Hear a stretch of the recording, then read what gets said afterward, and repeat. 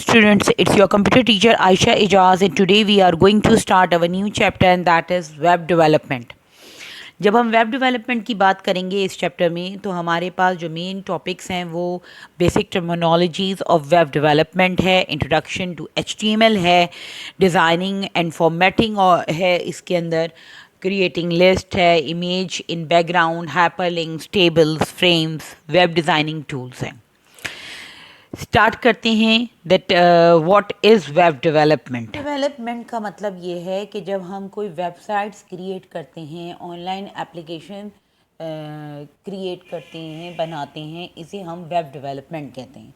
देखिए, हम web development different coding languages को यूज़ करते हुए बनाते हैं जिसमें हम डिफरेंट टूल्स और फ्रेमवर्क्स इस्तेमाल कर रहे होते हैं. वेब डेवलपमेंट जो है उसकी आप डेफिनेशन कुछ इस तरह लिख सकते हैं. The development of websites and online application is called web development. This is done by coding in different languages and by using several web development tools and frameworks. अब ये देख लेते हैं कि कौन सी वो टर्म्स हैं जो कि हम इंटरनेट में इस्तेमाल कर रहे होते हैं. तो सबसे पहली चीज़ जो है वो है वर्ल्ड वाइड वेब. वेब से मतलब है कि हम डिफरेंट कंप्यूटर्स को कनेक्ट करते हैं ताकि हम किसी भी डेटा की एक्सेसिबिलिटी जो है वो पब्लिकली कर सकें, ताकि डिफरेंट कंप्यूटर्स के ज़रिए एक ऐसी कनेक्टिविटी बनाई जाए ताकि जिसके थ्रू जो है वो डेटा आप ट्रांसफ़र कर सकें, आप डिफरेंट डेटा को यूज़ कर सकें, रीड कर सकें या फिर डाउनलोड कर सकें, व्हाटएवर. इसको हम कहते हैं नॉर्मल कंडीशंस में web. Web means the connectivity और collection of computers connected through a network to provide publicly accessible information. Next आ जाता है वेब पेज. देखिए, वेब पेज क्या है? वेब पेज एक ऐसा डॉक्यूमेंट है जो कि हम वेबसाइट पे या वेब पर जो है वो डिस्प्ले कर रहे होते हैं और नॉर्मली हम डिफरेंट कोडिंग्स के ज़रिए वेब पेजेस बना रहे होते हैं, डेवलप कर रहे होते हैं, जो कि हम अपने कंज्यूमर्स के लिए, जो हमारे कंप्यूटर यूज़र्स हैं, उनके लिए इंटरनेट पर सर्वर्स पर सेव कर देते हैं. नेक्स्ट चीज़ आ जाती है वेबसाइट्स. वेबसाइट्स क्या हैं? देखिए, वेबसाइट्स जो है वो कलेक्शन ऑफ वेब पेजेस होता है जिसमें आप टेक्स्ट भी देख रहे होते हैं, इमेजेस देख रहे होते हैं, बहुत सारी वीडियोस, मल्टीमीडिया से रिलेटेड क्लिप्स देख रहे होते हैं. ये हम नॉर्मली जो है वो डिफरेंट कंपनीज, डिफरेंट ऑर्गेनाइजेशंस की इंट्रोडक्शन और एक्सप्लोर करने को, किसी भी तरह के डेटा के एक्सप्लोजर के लिए बनाते हैं. हम जब वेबसाइट की बात करते हैं तो हर एक वेबसाइट का अपना एक यूनिफॉर्म रिसोर्स लोकेटर होता है जिसे हम कहते हैं URL. URL क्या है? किसी भी वेबसाइट का इंटरनेट पर एड्रेस, उसे हम कहते हैं URL. नेक्स्ट होता है वेब ब्राउज़र. वेब ब्राउज़र आपका वो एप्लीकेशन प्रोग्राम होता है, वो एप्लीकेशन सॉफ्टवेयर होता है जिसके ज़रिए आप डिफरेंट वेब पेजेस को या वेबसाइट्स को सर्च करवाते हैं या एक्सेस करते हैं. जैसे कि आपका इंटरनेट एक्सप्लोरर, क्रोम, फायरफॉक्स, ये सब क्या हैं? ये आपके वेब ब्राउज़र्स हैं जिनके ज़रिए आप अपने डेटा को इंटरनेट पे ब्राउज़ कर सकते हैं, एक्सेस कर सकते हैं. नेक्स्ट, अभी मैंने आपको एक बताया चीज़, uniform resource locator. Uniform resource locators क्या हैं? वो एड्रेसेस, वो यूनिक एड्रेसेस सर्वर्स के जिसके ज़रिए आप किसी भी पर्टिकुलर वेब पेज पर जाकर या किसी भी पर्टिकुलर वेबसाइट पर जाकर डेटा को एक्सेस करते हैं इंटरनेट के थ्रू. जैसे कि www.google.com. अब इसमें HTTP अगर आप देखते हैं, HTTP ऐड हम करते हैं तो HTTP क्या है? HTTP एक प्रोटोकॉल है और प्रोटोकॉल्स को हम प्रीवियस क्लासेस में बहुत डिटेल में पढ़ चुके हैं. नेक्स्ट है आपका सर्च इंजन. सर्च इंजन आपके वेब पेजेस का एक ऐसा टूल है जिसके ज़रिए आप आपका यूज़र जो है वो डिफरेंट इंफॉर्मेशन को ब्राउज़ करने के लिए या सर्च करने के लिए यूज़ कर रहा होता है। कि फॉर एग्ज़ाम्पल हर एक वेब पेज पे एक सर्च इंजन आप ज़रूर देखेंगे जिसके थ्रू आप पर्टिकुलर डेटा को जो है वो एक्सेस कर रहे हो, जैसे कि गूगल है, याहू है, और इनके भी सर्च इंजन्स डिफरेंट वेबसाइट्स पे आपको नज़र आ रहे होते हैं। होम पेज क्या है? होम पेज जो है वो किसी भी वेबसाइट का एक ऐसा पेज जिसमें आपके उस पर्टिकुलर वेबसाइट के बाकी सारे पेजेस इंटरलिंक्ड होते हैं, उसे हम होम पेज कहते हैं। होम पेज जो है वो किसी भी कंपनी का इंट्रोडक्टरी वेब पेज होता है जिसके थ्रू कोई भी ऑर्गेनाइजेशन जो है वो मैक्सिमम एक्सप्लोर कर रहा होता है अपनी डेटा को या अपने आप को। नेक्स्ट है वेब होस्टिंग। वेब होस्टिंग का मतलब है ऐसी सर्विसेज प्रोवाइड करना जिसके ज़रिए आप इंटरनेट पर डिफरेंट लोकेशंस को या डिफरेंट मेमोरीज को रिज़र्व करवाते हैं, जिसके ज़रिए जहाँ पर आप अपनी वेबसाइट जो हैं वो अपलोड करवाएं पब्लिकली और इंटरनेट पर, ताकि आपका काम हो सके। यहाँ पर एक लफ्ज़ मैंने इस्तेमाल किया, वेब सर्वर्स। वेब सर्वर्स क्या होते हैं?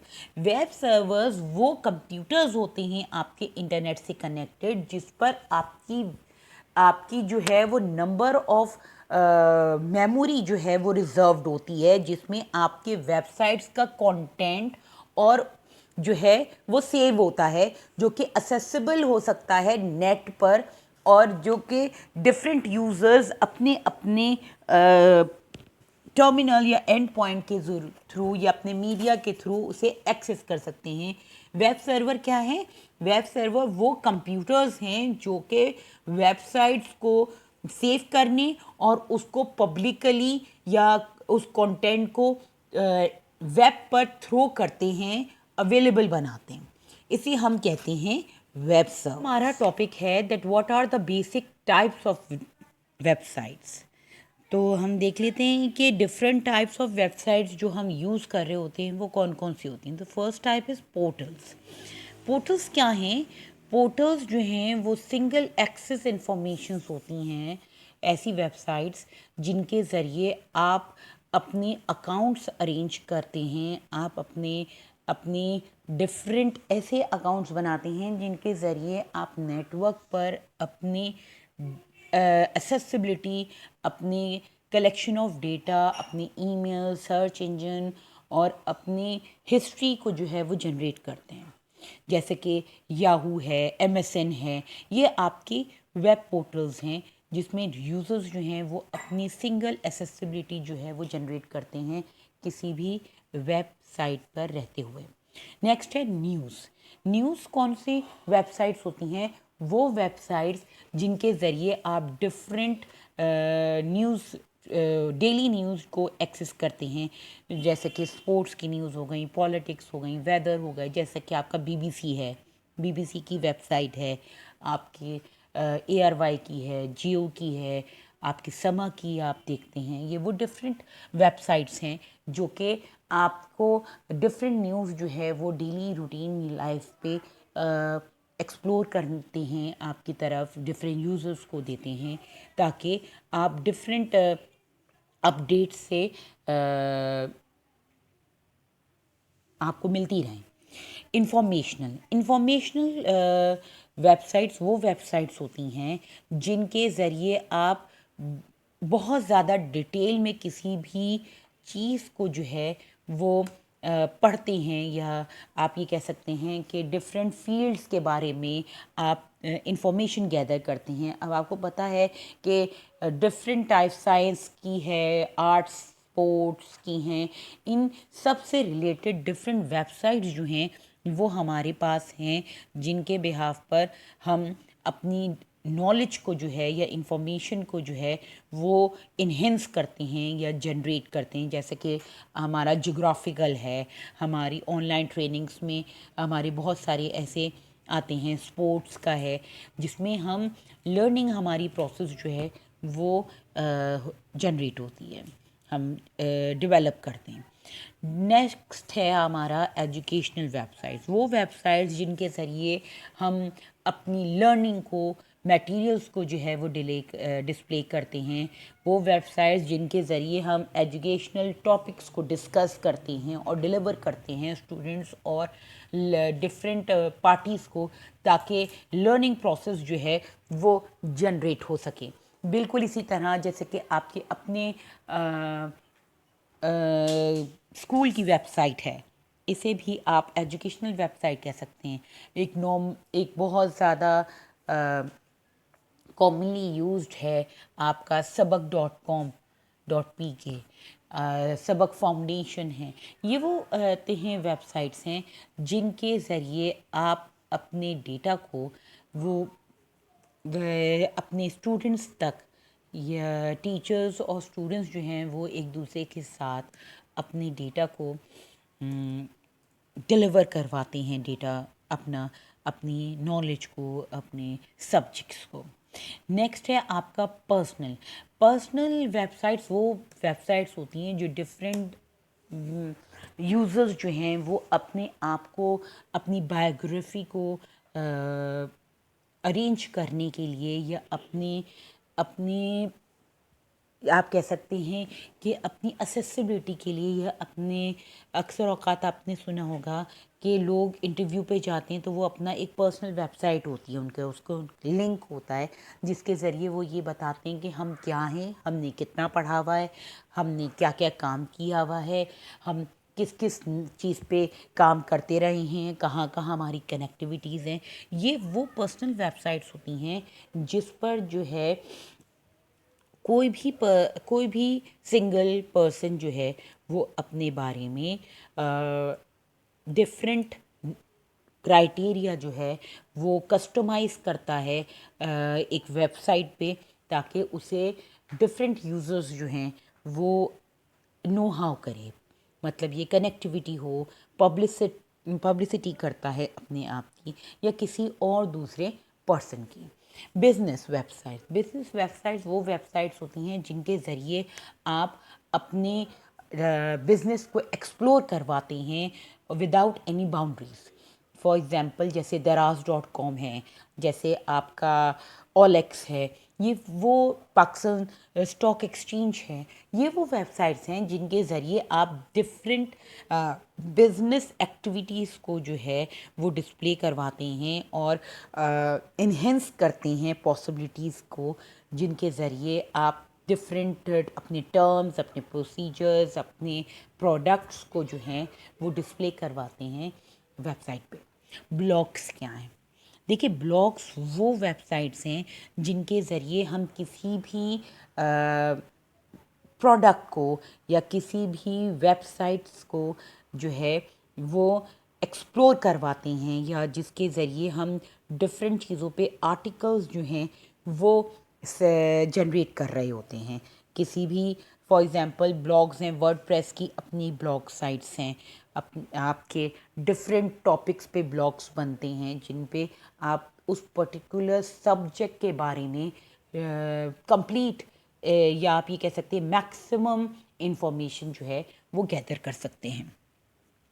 नेक्स्ट है आपका फोरम आपके वो वेबसाइट्स होती हैं जिसमें डिफरेंट यूज़र जो हैं वो किसी टॉपिक पर डिस्कशन करते हैं। जैसा कि इंस्टाग्राम में भी हम कह सकते हैं कि इंस्टाग्राम भी एक ऐसा आपका फोरम वेबसाइट है जिस पर आप डिफरेंट टॉपिक्स को डिस्कस करते हैं, एम्फेसाइज करते हैं और आप गैदर करते हैं इंफॉर्मेशंस को। अक्सर औकात आपने ऐसी वेबसाइट भी देखी होंगी जिसमें आप अपना एक तरह से इलेक्ट्रॉनिकली जो है वो ये चीज़ जनरेट करते हैं कि कौन सी पार्टी या कौन सा डेटा का कितनी फिजिबिलिटी है या लोग कितना ज़्यादा उसको लाइकिंग करते हैं। तो फोरम्स जो हैं वो ऐसे वेब पेजेस होते हैं जिनके ज़रिए आप डिफरेंट टॉपिक्स पे डिफरेंट यूज़र्स की राय को हासिल करते हैं या उनके इंटरेस्ट लेवल्स के बारे में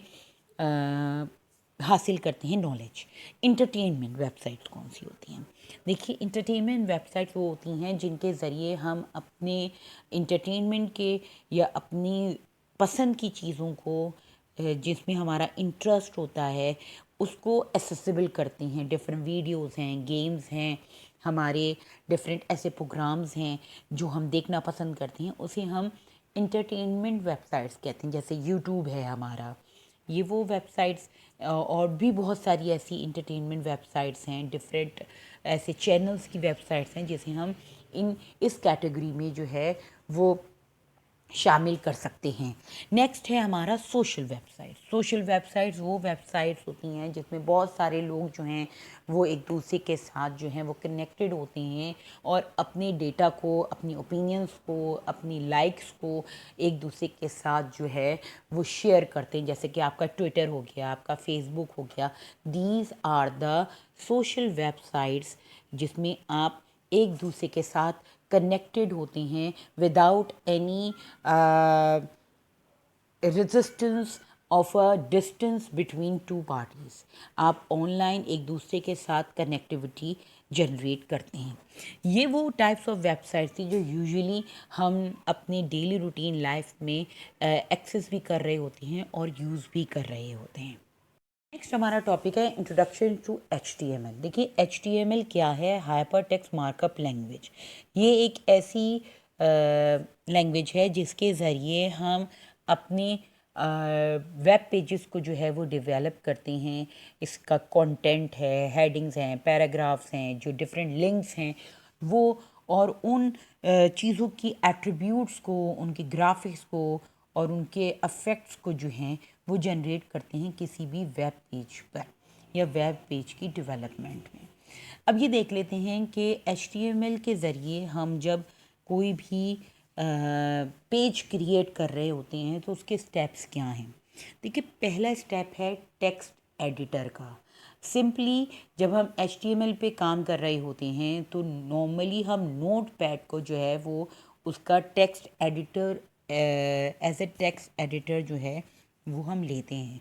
जब भी कोई प्रोग्रामिंग हमें करनी होती है तो हम इस प्रोग्राम को HTML के एक्सटेंशन के साथ जो है वो सेव करते हैं। हमारा सेकंड स्टेप होता है राइट एन HTML कोड इन टेक्स्ट एडिटर। देखिए, आप अपने बुक के पेज पे एक एग्जांपल देख भी रहे हैं जिसमें HTML के टैग के साथ एक प्रोग्राम शुरू हो रहा है और फिर उसी टैग के साथ बैकस्लैश के साथ आपका वो टैग जो है वो कंप्लीट हो रहा है, जिसमें आप, ये एक छोटा सा प्रोग्राम है जिसकी आप रिज़ल्ट आके देखेंगे। थर्ड स्टेप ये होता है कि आप अपने उस HTML कोडिंग को जो है वो सेव करते हैं और उसका एक्सटेंशन, जैसे कि मैंने अभी आपसे कहा कि उसका एक्सटेंशन जो है वो आप .htm या .html लगाते हैं ताकि वो फाइल जो है वो आपके ब्राउज़र पर ओपन हो सके। नेक्स्ट स्टेप आपका ये होता है कि आप वो फाइल जो आपने HTML के एक्सटेंशन के साथ सेव की हुई होती है उसे आप किसी भी ब्राउज़र में ओपन करते हैं। मैंने आपको प्रैक्टिकली क्लास में भी बताया था कि अगर आप कोई भी फाइल बनाते हैं नोटपैड पे तो आप उसे ओपन विथ करके किसी भी ब्राउज़र में खोल सकते हैं, या फिर आप उस फाइल को माउस से ड्रैग करेंगे ब्राउज़र के ऊपर तो वो आपका वेब पेज नज़र आएगा, उसका रिज़ल्ट नज़र आएगा जो कि आपने डेवलप किया हुआ है। जैसे कि आपने देख रहे हैं कि प्रीवियस पेज पे जो आपने बनाया था प्रोग्राम, उसका रिज़ल्ट जो है वो इस पेज पे डिस्प्ले हो रहा है। नेक्स्ट आपका है कि HTML टैग्स क्या होते हैं। देखिए HTML टैग्स जो हैं वो ऐसे एलिमेंट्स हैं, आपका जो HTML प्रोग्रामिंग होती है वो डिफरेंट एलिमेंट्स और डिफरेंट टैग से मिलकर जो है वो बन रहा होता है। आपके टैग्स जो हैं वो एंगुलर ब्रैकेट्स में होते हैं। एंगुलर ब्रैकेट्स के अंदर डिफरेंट हम टैग्स जो हैं वो डिफ़ाइन कर रहे होते हैं। जैसे कि आप उसका एक सिंटेक्स भी देख सकते हैं नीचे, जिसमें है कि आपका सिंपल टैग जो है वो एक एंगुलर ब्रैकेट से स्टार्ट होता है। आप उस टैग का नाम देते हैं उसके अंदर और फिर एंगुलर ब्रैकेट के साथ उसे क्लोज कर देते हैं। फिर आप वो कंटेंट जो कि आपको उस पर्टिकुलर टैग के साथ करवाना होता है, ऑपरेट करवाना होता है या इस्तेमाल करना होता है, आप वो कंटेंट लिखते हैं और फिर उसके बाद दोबारा उस टैग को क्लोज करते हैं बैकस्लैश के साथ, जैसे कि आप सिंपल टैग में देख रहे हैं। लेकिन कुछ टैग्स ऐसे होते हैं जिसमें हम एट्रीब्यूट्स को भी कर रहे होते हैं। जैसे कि अगर हम फ़ॉन्ट्स कर रहे हैं किसी भी उसके, तो फ़ॉन्ट्स में साइज़ होता है, कलर होता है और फिर उसका आप ये कह सकते हैं कि टाइप होती है कि कौन सी टाइप का फ़ॉन्ट हम यूज़ करेंगे। तो उस इन चीज़ों को हम कहते हैं एट्रीब्यूट्स। तो उसका सिंटैक्स क्या होगा कि आप पहले एंगुलर ब्रैकेट के अंदर वो टैग मेंशन करते हैं, एट्रीब्यूट कौन सी है वो मेंशन करते हैं, इक्वल्स का साइन करते हैं और उस एट्रीब्यूट की जो फिगर आपको सेट करनी होती है उसको जो है वो सेट करते हैं इन्वर्टेड कॉमास में। अगर एक से ज़्यादा आपके पास एट्रीब्यूट्स हैं तो उन्हें आप कॉमा के साथ जो है वो कंप्लीट करते हैं। फिर आप टैग को क्लोज कर देते हैं एंगुलर ब्रैकेट के साथ। फिर आप कंटेंट लिखते हैं और कंटेंट के बाद आप अपने उस टैग को फिनिश करते हैं विद ब्लैक स्लैश, जैसे कि आप अपनी स्क्रीन पे इसके एग्जाम्पल देख रहे हैं। लेकिन कुछ टैग्स ऐसे भी होते हैं जिसमें आपको टैग को क्लोज करने की ज़रूरत नहीं होती। जैसे कि किसी भी लाइन को ब्लैंक छोड़ने के लिए या हॉरिजॉन्टल लाइन क्रिएट करने के लिए हम टैग्स इस्तेमाल करते हैं, जो कि आप फर्दर आगे पढ़ेंगे।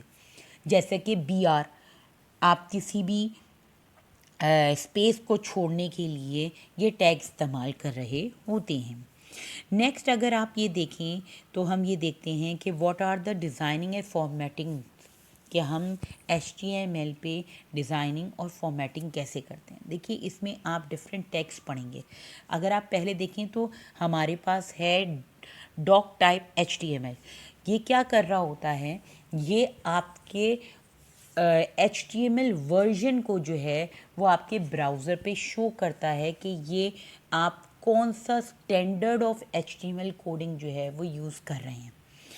HTML का टैग क्या कर रहा होता है, HTML का टैग आपकी प्रोग्रामिंग को स्टार्ट और एंड का टैग होता है कि यहाँ से आपने HTML की प्रोग्रामिंग शुरू की है और यहाँ पर आपने HTML की प्रोग्रामिंग ख़त्म की है। हेड क्या कर रहा होता है, हेड जो है वो आपके किसी भी इंफॉर्मेशन का, आपके वेब पेज का के कंटेंट को जो है वो एक्सप्लोर करवा रहा होता है, डिफ़ाइन कर रहा होता है कि ये वेबसाइट इसलिए बनाई गई है, इसका टाइटल ये है, इसका स्टाइल ये है, इसका स्क्रिप्ट ये है। और वो हेड जो है वो आपके किसी भी वेबसाइट को डिस्क्रिप्शन के लिए इस्तेमाल हो रहा होता है। बॉडी क्या है, बॉडी आपके वो टैग्स हैं जिसके अंदर आप अपनी वेबसाइट का कंटेंट जो है वो डिफ़ाइन कर रहे होते हैं या सेट कर रहे होते हैं। नेक्स्ट अगर हम देखते हैं तो टाइटल एंड फुटर्स, आप देखें किसी भी वेब पेज के जो टाइटल होता है उसको सेट करने के लिए हम टाइटल का टैग जो है वो इस्तेमाल कर रहे होते हैं, जिससे वो आपके वेब पेज को डिफ़ाइन कर रहा होता है, उसके नाम को डिफ़ाइन कर रहा होता है कि अगर आप उस वेब पेज को खोलते हैं तो आप देख रहे होते हैं कि टैग जो है आपका जो वो है वेब पेज जो आपने वो खोला हुआ है उसका वो टैग नज़र आ रहा होता है कि कौन सी वेबसाइट है। तो टाइटल जो है वो आप डिफाइन कर रहा होता है आपके उस पर्टिकुलर वेब पेज को।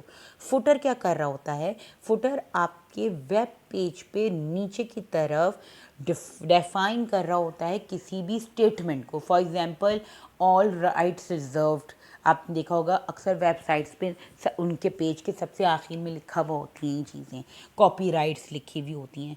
तो क्या होता है, फुटर्स क्या होते हैं, ये फुटर्स आपने वर्ड्स में भी पढ़े होंगे, वर्ड में भी पढ़े थे कि जब हम फाइलिंग कर रहे होते हैं तो हम फुटर्स सेट करते हैं। तो वेब पेज पे फुटर का टैग जो है वो इस चीज़ के लिए इस्तेमाल हो रहा होता है। नेक्स्ट है paragraph and line breaks. P, देखिए पी एक ऐसा टैग है जो कि डिफाइन करता है आपके पैराग्राफ को। आप जब अपने कंटेंट को राइट कर रहे होते हैं तो उसमें जो स्पेस आप देते हैं वो जो है वो आपके पैराग्राफ को सेट करने के लिए नहीं होता, उससे आप अपना पैराग्राफ जो है वो सेट नहीं कर सकते, क्योंकि जो कंटेंट आप समझ रहे होते हैं कि नोटपैड पे आप लिख रहे हैं और एंटर करके आपने नेक्स्ट लाइन से कर लिया है, जब आप उसको उस कंटेंट को आप प्रिंट रन करवाते हैं तो वो उस तरह से नहीं करवा शो करता। तो पी का जो टैग होता है वो आपके कंटेंट को पैराग्राफ की तरह, पैराग्राफ के बिहाफ पर सेट कर रहा होता है आपके वेब पेज पे। नेक्स्ट है आपका बी आर, ब्रेक। आपके डिफरेंट पैराग्राफ्स के दरमियान हम एक ब्रेक देते हैं, हम लाइन छोड़ते हैं। हाँ, आपने देखा होगा नॉर्मली भी जब हम राइटिंग कर रहे होते हैं तो एक पैराग्राफ के बाद दूसरे पैराग्राफ में हम स्पेस छोड़ते हैं। तो बी आर का जो टैग होता है वो आपके स्पेस छोड़ने के लिए इस्तेमाल होता है ताकि एक पर्टिकुलर स्पेस जो है वो छोड़ी जा सके। एच आर का टैग जो है वो हॉरिजेंटल लाइन को ड्रॉ करने के लिए इस्तेमाल हो रहा होता है आपके पेज पे बीच में। जैसे कि हम एक टॉपिक कंप्लीट करते हैं तो हम एक हॉरिजेंटल लाइन जो है वो मतलब ड्रॉ कर लेते हैं कि ये टॉपिक यहाँ एंड हो गया है। तो एच आर का जो टैग है वो हम उस लाइन को ड्रॉ करने के लिए इस्तेमाल करते हैं। Next, headings. वेब पेज को बनाने के लिए HTML पे हमारे पास 6 हेडिंग्स का ग्राफ होता है। मेन हेडिंग, उसकी सब हेडिंग, उसकी सब हेडिंग, उससे छोटी, उससे छोटी, उससे छोटी। तो जो फ़ॉन्ट साइज़ होता है वो H1 से लेकर H6 तक चेंज होता रहता है, और इस H1 से लेकर H6 तक के टैग्स जो हैं वो डिफरेंट साइजेस ऑफ हेडिंग को मेंशन और जनरेट करने के लिए वेब पेज पे इस्तेमाल हो रहे होते हैं। नेक्स्ट है आपका टेक्स्ट फॉर्मेटिंग। टेक्स्ट फॉर्मेटिंग में आप जो हैं वो बोल्ड, सबसे पहली चीज़ बी का टैग किस लिए इस्तेमाल हो रहा होता है, किसी भी टेक्स्ट को बोल्ड करने के लिए, आई का अटैलिक के लिए, फिर यू का अंडरलाइन के लिए। ये वो चीज़ें जो आप ऑलरेडी भी कर चुके हैं।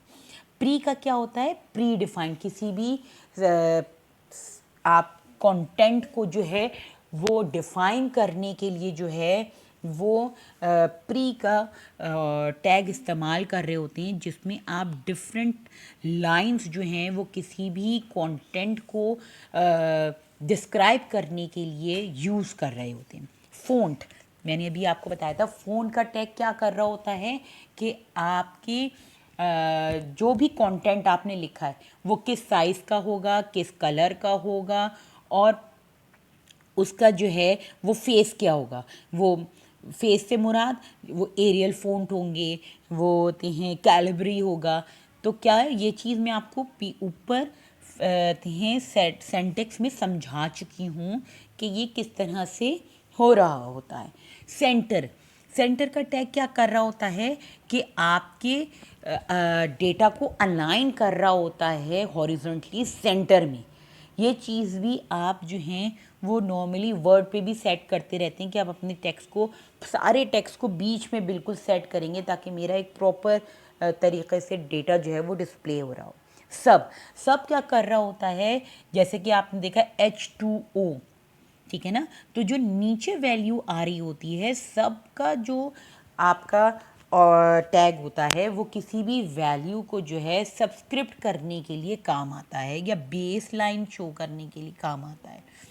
सुपर, सुपरस्क्रिप्ट करने के लिए हम सबकी SUP का टैग इस्तेमाल करते हैं, जिसके लिए जैसे कि हम पावर दे रहे हों, तो किसी भी कंटेंट को एज अ पावर शो करने के लिए हम सुपर का टैग जो है वो इस्तेमाल कर रहे होते हैं। अब इन सारे टैग्स की एग्जाम्पल जो है वह आप पेज नंबर 125 पे देखिए कि किस तरह से प्रोग्रामिंग जो है वो HTML के टैग के साथ शुरू हुई है। उसके बाद टाइटल सेट किया गया, हेड क्लोज किया गया, फिर बॉडी अरेंज की गई, उसमें पैराग्राफ देखिए किस तरह से सेट हैं, पैराग्राफ को क्लोज कैसे किया गया है, हेडिंग्स कैसे मेंशन हुई है, फिर दोबारा पैराग्राफ कैसे किया गया है, फिर स्पेस फिर कैसे सेट की गई है एक हेडिंग के बाद, फिर उसके बाद फिर पैराग्राफ हुआ है। फिर आप ये देखिए बोल्ड फ़ॉन्ट में किस तरह से लिखा गया है, फिर स्पेस क्रिएट की गई है, फिर आप ये देखें इटैलिक में सेट किया गया है, और नीचे ही आप उसका रिजल्ट भी देख सकते हैं। तो ये तो वो टेक्स्ट थे जो नॉर्मली हम इनिशियल तौर पे इस्तेमाल कर रहे होते हैं अपने किसी भी वेब पेज को जनरेट करना। अब हमारा नेक्स्ट टॉपिक है क्रिएटिंग लिस्ट। क्रिएटिंग लिस्ट में क्या होता है कि हम एक लिस्ट किसी भी कंटेंट की जो है वो अरेंज कर रहे होते हैं अपनी वेब पेज पे। हमारे पास different types of list create करने के टैग्स हैं। सबसे पहला हम देख लेते हैं अनऑर्डर लिस्ट। अनऑर्डर लिस्ट वो होती हैं जिसमें हम नंबरिंग जो है वो अरेंज नहीं करते। उसमें वैसे हम लिस्ट को क्रिएट करने के लिए, लिस्ट के कंटेंट्स के लिए हम LI का टैग इस्तेमाल करते हैं। अनऑर्डर्ड लिस्ट में क्या होता है कि हम UL के नाम से टैग जो है वो स्टार्ट करते हैं, जैसे कि आप एक एग्जांपल भी देख रहे हैं स्क्रीन पे, और उसके दरमियान में हम LI लिस्ट के टैग के साथ जो है वो डिफरेंट पॉइंट्स को मेंशन करते हैं। जैसा कि आप अपने स्क्रीन पे इस वक्त एग्जांपल देख रहे हैं कि UL के नाम से हमने टैग स्टार्ट किया है, उसमें फिर LI के टैग से हमने लिस्ट क्रिएट की है, और उसके बाद जब हमारे कंटेंट्स जो हैं वो पूरे हो गए लिस्ट के, तो फिर हमने UL के टैग से जो है वो इसको कंप्लीट किया है, जिसका रिजल्ट भी आप देख रहे हैं। नेक्स्ट हमारी काइंड है ऑर्डर लिस्ट। ऑर्डर लिस्ट क्या होती है? जिसमें हम नंबरिंग क्रिएट कर रहे होते हैं। इसके लिए हम टैग इस्तेमाल करते हैं OL का और ऑब्वियसली LI का। OL के जैसे कि इस वक्त आप एग्जांपल देख रहे हैं, OL से हम एक टैग स्टार्ट करते हैं जो कि हमारी ऑर्डर लिस्ट, नंबर लिस्ट को क्रिएट करता है, और उसके कंटेंट को हम LI के टैग से मेंटेन करते हैं। आपके पास सामने नज़र आ रहा है कि जैसे टेक्स्ट एडिटर है, न्यू फाइल है, HTML कोड है, सेव एज .html है। देखिए इसका जो है रिज़ल्ट क्या आया है, इसका नंबरिंग के साथ जो है वो आपके पास लिस्ट क्रिएट हो गई है। नेक्स्ट है आपका डिस्क्रिप्टिव लिस्ट। डिस्क्रिप्टिव लिस्ट क्या कर रही होती है कि ऐसी लिस्ट जिसकी डिस्क्रिप्शन भी उसके साथ साथ मेंटेन हो रही हो। इसके लिए जो टैग्स हम इस्तेमाल करते हैं वो होते हैं DL। ये हमारा डिस्क्रिप्शन लिस्ट का टैग होता है, और इसके अंदर हम दो और टैग इस्तेमाल करते हैं। एक DT जो कि डिफाइन करता है किसी भी कंटेंट को, और DD उस कंटेंट की डिस्क्रिप्शन को मेंटेन करता है। जैसे कि आप इस वक्त एक एग्जांपल भी देख रहे हैं कि हमने DL के नाम से एक टैग स्टार्ट किया जो कि डिस्क्रिप्शन लिस्ट को आइडेंटिफाई करवा रहा है। उसके बाद जो कंटेंट है उसको हमने DT के साथ मेंटेन किया, और फिर DD के साथ हमने उसकी डिस्क्रिप्शन को मेंटेन किया, और सेम एज इट इज़ हमने उन टैग्स को क्लोज भी किया, जिसका रिजल्ट अब आप इस स्क्रीन पे देख सकते हैं। नेक्स्ट है हमारा नेस्टेड लिस्ट। नेस्टेड लिस्ट में क्या होता है? देखिए ये ज़रूरी नहीं है कि हम अनऑर्डर लिस्ट में अनऑर्डर लिस्ट ही बनाएं। आपकी स्क्रीन पे जो इस वक्त एग्जाम्पल आ रही है वो अनऑर्डर लिस्ट में अनऑर्डर लिस्ट की ही आ रही है। नेस्टेड लिस्ट में आप अनऑर्डर लिस्ट में ऑर्डर लिस्ट भी दे सकते हैं और ऑर्डर लिस्ट में अनऑर्डर लिस्ट भी दे सकते हैं। लेकिन यहाँ आप देख सकते हैं कि अनऑर्डर लिस्ट की के अंदर अनऑर्डर लिस्ट की आपके पास एक एग्जांपल आ रही है, जिसके एक लिस्ट के अंदर हम दूसरी लिस्ट को भी मेंटेन कर सकते हैं। इसे हम कहते हैं नेस्टेड लिस्ट। हमारा इमेज एंड बैकग्राउंड। देखिए इमेजेस क्या होती हैं? इमेजेस होती हैं कि आप किसी भी पिक्चर को अपने वेब पेज पे ऐड कर रहे होते हैं। इसके लिए जो टैग हम इस्तेमाल करते हैं वो IMG हैं। उसके एट्रीब्यूट्स क्या हैं? स्क्रीन। स्क्रीन से आप क्या बताते हैं? आप लोकेशन बता रहे होते हैं कि कौन सी इमेज आप ऐड कर रहे हैं। ऑल्टर। ऑल्टर से आप क्या कर रहे होते हैं? अपनी उस इमेज का को डिफाइन कर रहे होते हैं, उसका नाम दे रहे होते हैं। विड्थ कि आपकी उस इमेज की विड्थ क्या होगी, आप सेट करते हैं। हाइट, हाइट सेट करते हैं। या आप सारी एक सेंटेक्स जो है वो आपको अपनी स्क्रीन पे नज़र आ रहे होंगे। बॉर्डर्स, आप अपने स्क्रीन का जो बॉर्डर है वो अरेंज कर रहे होते हैं। जैसे कि अब आपके पास आपकी एक एग्जाम्पल भी आ रही होगी। बैकग्राउंड। बैकग्राउंड में आप क्या कर रहे होते हैं? आप अपनी किसी भी इमेज की बैकग्राउंड को सेट कर रहे होते हैं, जिसमें आपके पास दो चीज़ें होती हैं, एक बैकग्राउंड कलर और दूसरा बैकग्राउंड इमेज। बैकग्राउंड कलर से ऑब्वियसली आप ये सेट कर रहे होते हैं कि आपकी इमेज का बैकग्राउंड कलर क्या होगा, जो कि आप नॉर्मली वर्ड पे भी कर चुके हैं। बैकग्राउंड इमेज के लिए क्या करते हैं आप कि उसका लोकेशन जो है, मेमोरी लोकेशन जो है वो बैकग्राउंड के साथ एट्रीब्यूट में ऐड कर देते हैं। ये तो वो तरीक़ेकार थे जिसके ज़रिए आप डिफरेंट इमेजेस को जो है वो ऐड करवाते हैं अपने वेब पेज के अंदर। आ जाता है हाइपरलिंक का। देखिए हाइपरलिंक के लिए क्या करते हैं हम कि टैग ए इस्तेमाल कर रहे होते हैं, जिसके एट्रीब्यूट्स जो हैं वो HREF होते हैं, हाइपरलिंक रेफरेंस। जिसे देखिए इसमें क्या हो रहा होता है कि हम डिफरेंट पेजेस को, डिफरेंट एट्रीब्यूट्स को जो है वो मेंशन कर रहे होते हैं कि एक पेज दूसरे पेज से किस तरह से कनेक्टेड होगा। इसके लिए जैसे कि आप स्क्रीन पे देख रहे हैं, इसका सिंटैक्स ये होता है कि आप अपना टैग जो है वो स्टार्ट करते हैं ए से, और हाइपर रेफरेंस जो है वो एक एट्रीब्यूट है जिसके ज़रिए आप किसी भी अटैच या लिंक वेब पेज के को जो है उसका URL जो है वो ऐड कर देते हैं, और फिर उसको बंद करके जो है वो सेंटेक्स लिखते हैं कुछ भी। For example go to Google, जैसे आप यहाँ देख रहे हैं कि ए दिया हमने एट्रीब्यूट स्टार्ट किया, फिर हाइपरलिंक रेफरेंस का एट्रीब्यूट हमने शो किया, और फिर गूगल का जो है एड्रेस हमने URL जो है वो दे दिया, और फिर हमने अपना टैग बंद करा, और उसके बाद हमने कंटेंट में लिखा गो टू गूगल, और फिर हमने अपना एट्रीब्यूट जो है वो क्लोज कर दिया। अब इससे क्या होगा कि स्क्रीन पर जो है वो एक लिंक, हाइपर लिंक आ जाएगा गो टू गूगल का, और जब हम उसे क्लिक करेंगे तो फिर वो गूगल का पेज ऑन कर देगा। अगर आप ये देखें तो इस हाइपरलिंक के लिए हमें दो चीज़ें ज़रूर करनी पड़ती हैं, सेटिंग्स करनी पड़ती हैं। पहले तो कि आईडी, जिस भी हम हाइपरलिंक को अरेंज कर रहे हैं उसका आईडी जो है वो हम क्रिएट करते हैं।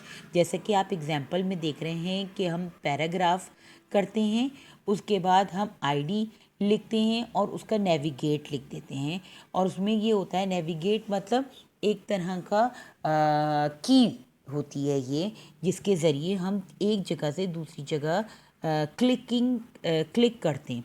दूसरा ये कि हम उस जो नेविगेट कर रहे होते हैं, जो लिंक क्रिएट कर रहे होते हैं उसका को हाइपर लिंक करते हैं, हाइपर रेफरेंस जनरेट करते हैं, जैसे कि मैंने आपको पहले भी एक एग्जांपल दी थी, और बिल्कुल कुछ ऐसी ही एग्जांपल आपको नीचे भी नज़र आ रही होगी।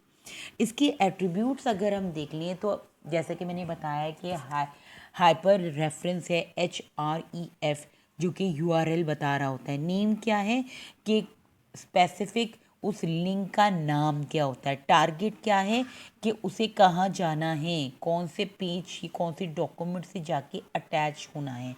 ये तो हो गया आपका हाइपरलिंक का। नेक्स्ट है आपका टेबल्स। टेबल्स के साथ टेबल का टैग क्या करता है कि आपके टेबल्स के कंटेंट को अरेंज करता है। रॉ एंड कॉलम के लिए हम TR इस्तेमाल करते हैं और कॉलम के लिए हम इस्तेमाल करते हैं TD। हम टेबल्स की हेडिंग के लिए TH इस्तेमाल कर रहे होते हैं, जैसे कि आप नीचे देखेंगे एग्जाम्पल्स में भी।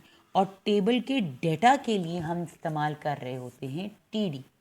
इसके अगर एट्रीब्यूट्स में आ जाएं तो अलाइनमेंट ऑफ अ टेबल के उस प्रॉपर टेबल की क्या लेफ़्ट होगा, सेंटर होगा, राइट होगा, जो भी उसका कंटेंट है वो किस तरह से अरेंज होगा, उस विड्थ उसकी कितने पिक्सल्स होंगे, वो कितना बड़ी विड्थ होगी, बॉर्डर कि आपकी उस टेबल का कोई बॉर्डर होगा, आप अरेंज करेंगे नहीं करेंगे, या तो वो ज़ीरो होता है या फिर 1 होता है। सेल पेडिंग की इससे कहते हैं कि जो स्पेस है आपके एजेस की सेल की उसको सेट करता है। सेल स्पेसिंग मतलब कि सेल्स के दरमियान कितना जो स्पेस है वो कितनी अरेंज होगी, इसे हम कहते हैं सेल स्पेसिंग। अगर हम सेल्स की एट्रीब्यूट्स की बात करें तो उसमें भी अलाइन आ जाता है कि आपका जो डेटा है वो किस तरह से अलाइंड होगा, लेफ़्ट होगा, सेंटर होगा, राइट होगा। विजन आ जाएगा कि वर्टिकली आप किस तरह से अपने सेल को जो है वो अरेंज कर रहे होते हैं। फिर आप कॉलम्स किस तरह सेट करेंगे, फिर आप रोज़ कैसे सेट करेंगे, ये होता है आपका सेल का एट्रीब्यूट्स के आपका जो सेल है वो किस तरह से अरेंज हो रहा है एक टेबल के अंदर, जिसकी एग्जांपल आप यहाँ पर देख सकते हैं और उसका रिजल्ट भी आपको नज़र आ रहा होगा। नेक्स्ट आपके पास है फ्रेम। आपका आ जाता है फ्रेम। देखिए फ्रेम क्या होता है, आपका वेबसाइट में डिफरेंट चीज़ें जो हैं वो डिस्प्ले हो रही होती हैं। एक जगह आपकी पिक्चर डिस्प्ले हो रही है, एक जगह कोई डेटा हो रहा है, तो डिफरेंट जो है वो फ्रेम्स जो हैं वो आपकी एक ही वेब पेज पे जो है वो अरेंज हो रही होती है। फ्रेम को डिफ़ाइन करने के लिए जो टैग हमारे पास होता है वो होता है फ्रेम, जो है वो आपके एंगुलर ब्रैकेट में लिखा हुआ होता है, जैसे कि आप स्क्रीन पर देख रहे हैं, आपके कंटेंट में लिखा रहा है। इसके एट्रीब्यूट होते हैं SRC स्क्रीन, जो कि डिफ़ाइन कर रहा होता है आपके URL को कि ये यहाँ पे क्या चीज़ आप कौन सा फ्रेम जो है वो करेंगे। फिर है मार्जिन हाइट कि आपकी इस फ्रेम को क्यों पेज पे किस हाइट पे एडजस्ट होना है। आपकी मार्जिन ऑफ विड्थ के आपके पेज की कौन से कितने विड्थ की सेटिंग आपकी होगी। आपके फिर size NORE size note size से आप अपने उस फ्रेम की साइज़ को सेट करते हैं। स्क्रॉल करना कि आप डिफ़ाइन करते हैं कि ये ऑटोमेटिकली चेंज हो सकता है, इसकी डायरेक्शन चेंज हो सकती है या नहीं हो सकती है। इसी के अंदर फ्रेम सेट्स आते हैं कि आप कॉलम्स और रोज़ जो हैं वो अपने फ्रेम्स की जो है वो सेट करते हैं, ताकि आप डिफ़ाइन कर सकें कि कितने नंबर्स और साइज़ ऑफ फ्रेम जो हैं उस किसी भी फ्रेम के अंदर कितने कॉलम्स और रोज़ जो हैं वो आप अरेंज कर सकते हैं किसी एक भी फ्रेम के अंदर। ये तो आपके हो गए कि आप फ्रेम्स किस तरह सेट करते हैं। द लास्ट थिंग इज़ कि वेब डिज़ाइनिंग टूल्स हम नॉर्मली कौन कौन से इस्तेमाल करते हैं। देखिए इसकी एग्जांपल्स आपके पास हैं, माइक्रोसॉफ्ट फ्रंट पेज है, क्रॉल ड्रॉ है, अडोब ड्रीम वेवर्स है, वर्डप्रेस है, विक्स है, फिग्मा है, और भी बहुत सारे हैं। तो ये वो टूल्स हैं जिनके ज़रिए आप अपने वेब पेजेस जो हैं वो डेवलप करते हैं। आई होप कि आपको ये चैप्टर समझ में आया होगा और आप इसे रिवाइज करेंगे। इंशाल्लाह जल्द ही आपके इस चैप्टर के नोट्स जो हैं वो मैं अपलोड करवा दूँ जी, उम्मीद करती हूँ कि आप जल्द अज जल्द अपना काम कंप्लीट करेंगे और चेकिंग के लिए सबमिट करवाएंगे। I wish you best of luck. Till then, अल्लाह हाफिज़।